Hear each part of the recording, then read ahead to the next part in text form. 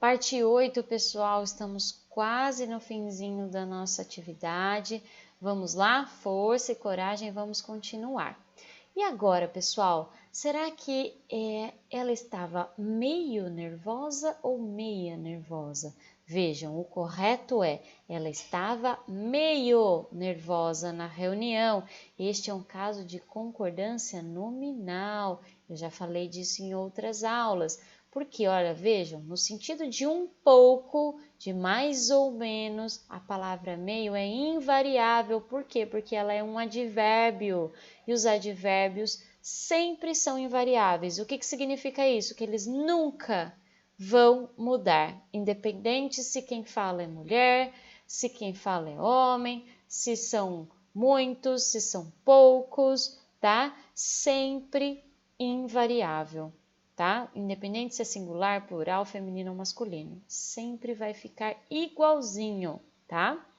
Como numeral, aí sim a palavra meio ou meia, né, vai depender do substantivo com o qual a palavra concorda, tá? Então, ele comeu meia maçã, ou seja, metade de uma maçã.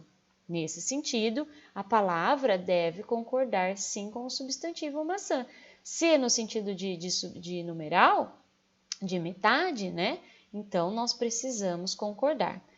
Quando for advérbio no sentido de um pouco, mais ou menos, aí nunca, tá bom? Sempre meio.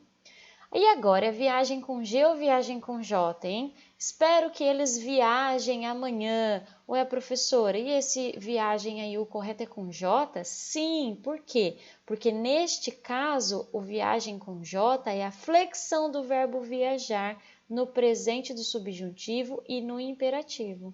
E agora, o viagem com G sempre vai ser substantivo, tá bom? Então, quando nós estivermos fazendo referência a um substantivo, viagem com G.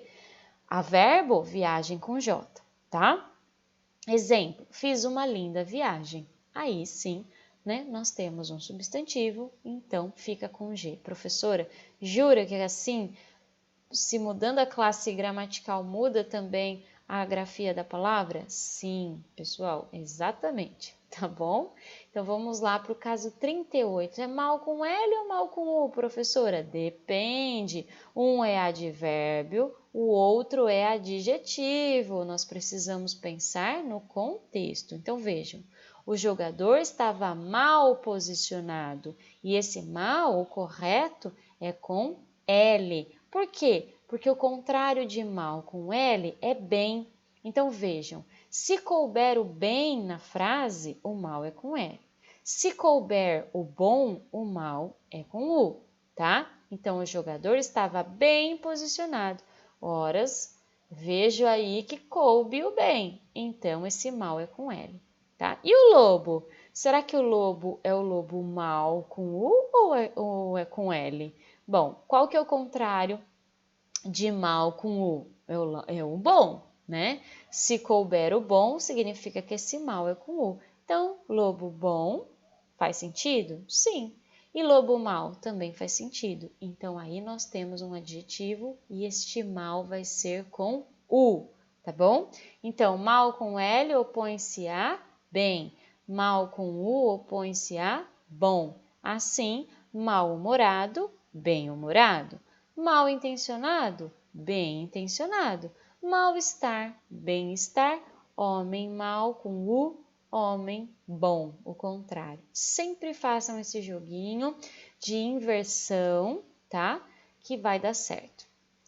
Caso 39, na medida em que ou à medida que? Depende. É melhor comprar à vista na medida em que os juros estão altos. Esta é a forma correta, tá? E não é melhor comprar à vista à medida que os juros estão altos. Por quê, professora, que o correto é na medida? Porque esta expressão equivale a por quê, tá? Então, é melhor comprar à vista porque os juros estão altos. Façam a inversão, vocês vão conseguir visualizar muito mais fácil essas explicações, tá? E a expressão à medida que? Bom, a expressão à medida que ela estabelece relação de proporção. Então, por exemplo, o nível dos jogos melhora à medida que o time fica entrosado.